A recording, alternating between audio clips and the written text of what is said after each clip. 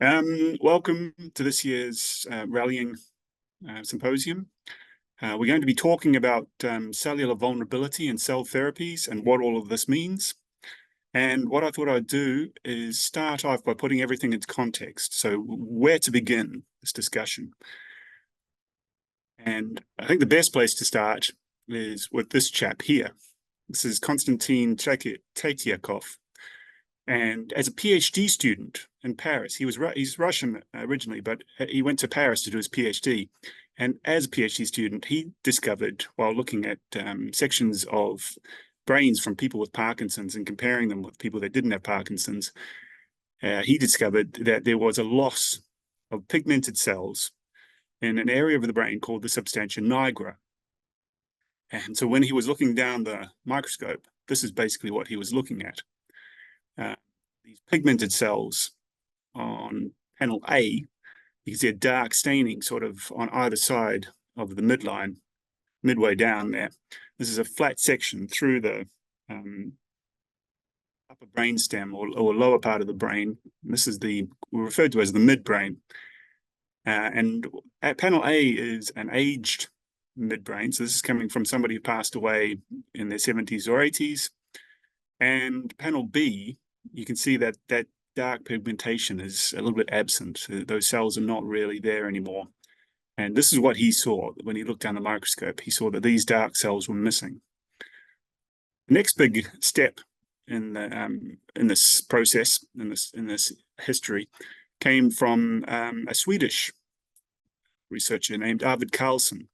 And he discovered that dopamine, a chemical called dopamine, was actually a neurotransmitter. So that is a chemical that's passed between cells, a chemical messenger passed between cells to help the transfer of information. And David Carlson actually won the Nobel Prize. As you can see here, he's very proud of his medal. He won the Nobel Prize for this discovery because this was very, very big. Back in the day, dopamine was considered to be an intermediate in the production of a different chemical. And all of a sudden, dopamine had purpose. And not too soon after that, another chap, Ukrainian/Austrian researcher named Uli Hornokutz, noticed that there was an enormous loss of dopamine in the Parkinsonian brain. So he looked at two areas, one called the caudate and the other called the putamen. And I'll come to explain where they are in a moment. But when he looked at dopamine levels in those regions of the brain, he discovered that they were extremely low. As you can see in the circled area here, the caudate only contained about 18% of dopamine of a healthy brain, and the putamen was significantly less. One thing to point out here is that this study came from 8 patients with idiopathic Parkinson's who had died.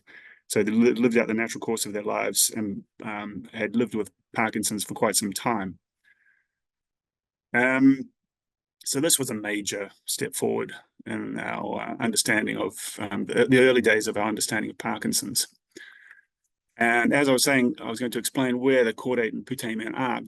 Most of the dopamine that's produced in our brains is produced in an area called the midbrain, which is which is sort of it basically is the middle of the brain. It's underneath all the pink stuff on top, just in that cream brainstem area at the bottom.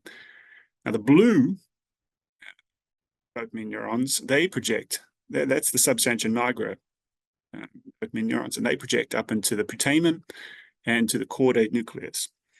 And these are the two regions that Uli Hornokutz was looking at and comparing with control tissue. Then there's another area that produces dopamine.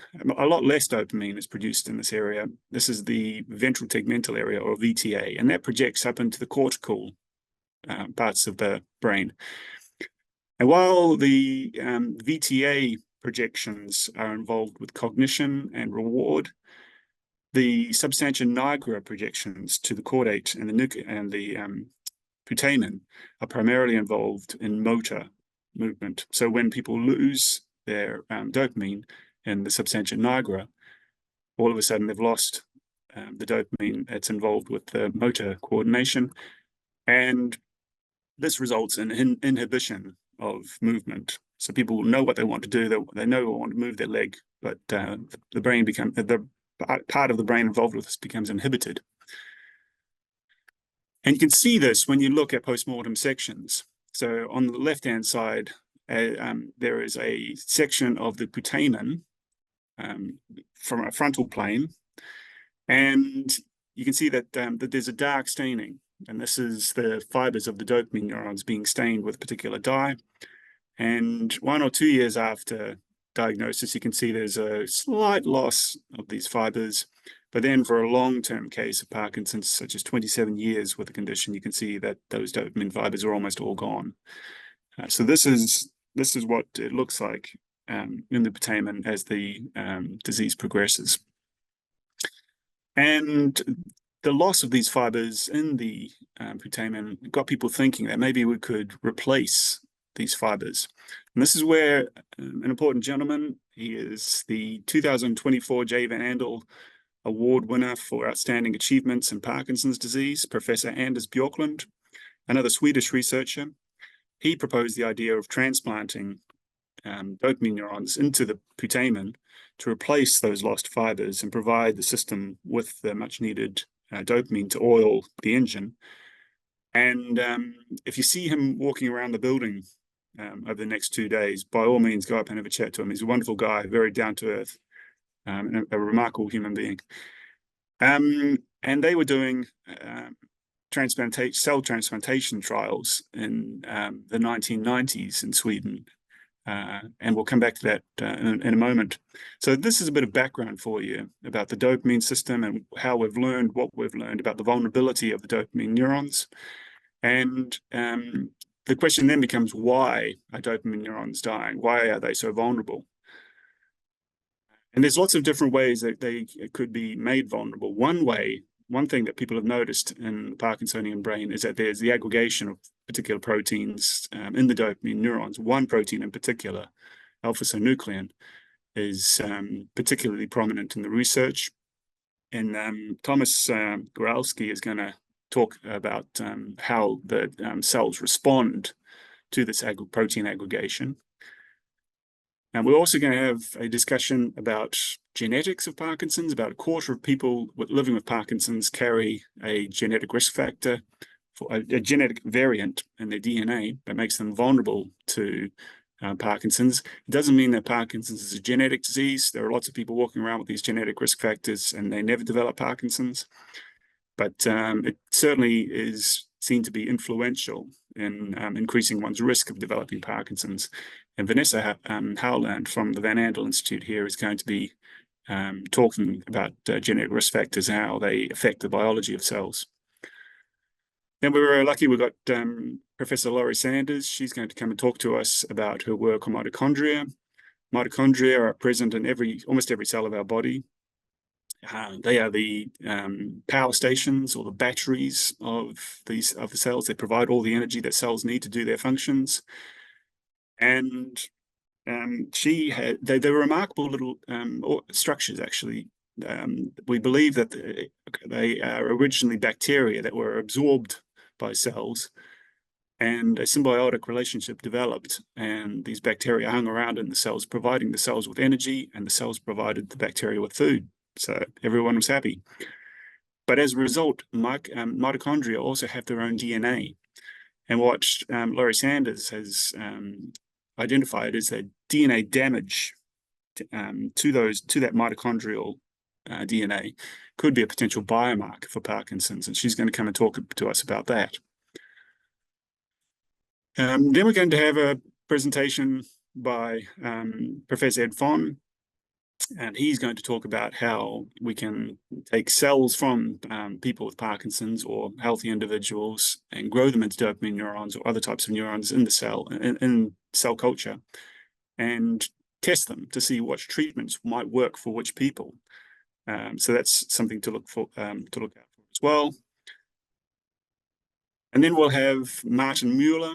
He'll be talking to us about the critical work that's being done by the Critical Path for Parkinson's Consortium. They're looking at all sorts of aspects of data involved in clinical trials and why, and he will explain to us why this is so important.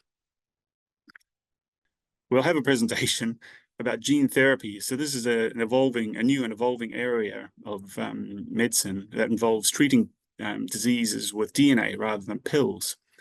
And it typically involves the re-engineering of viruses. You take all the bad stuff out of the virus, and what you've got is a shell, an empty shell, which is a fantastic biological delivery system. And then you can stick stuff into that empty shell, such as the DNA of protein that you want to have produced. And you can inject that into the body, and cells will suddenly start to produce that desired protein. And so Professor Alan Rowan and Dr. Matthias Luce will be talking about the work that's being done around gene therapy. They'll explain what it is and some of the new advances that are being made in the field of Parkinson's research, including some ongoing trials. And then finally, we will have a presentation from Professor Roger Barker, cell replacement therapy, as I said before, with regards to Professor Anders Bjorklund's work, is has long been considered a means of replacing the dopamine neurons that are lost in Parkinson's. But for a long time, the struggle has been to find an ideal source of material for transplantation, finding a pure population of dopamine neurons. And what's happened in recent years is that researchers have been able to develop protocols, recipes for growing dopamine neurons in cell culture. And now we have many different research groups who are conducting clinical trials involving the transplantation of dopamine neurons grown in cell culture into the Parkinsonian brain. And Professor Barker is going to come along and give us a presentation on how that field has evolved and what is currently happening. And in amongst all those presentations, and I've missed out a few, unfortunately, I haven't got enough time to go through everybody, but in amongst them, you're going to have also interactions and presentations from the wonderful team at Cure Parkinson's. This is Helen, Anaya, Caitlin, and Alex. And so I do hope you enjoy this year's Rallying to the Challenge symposium. But thank you all very much, and I'll hopefully see you later today and tomorrow.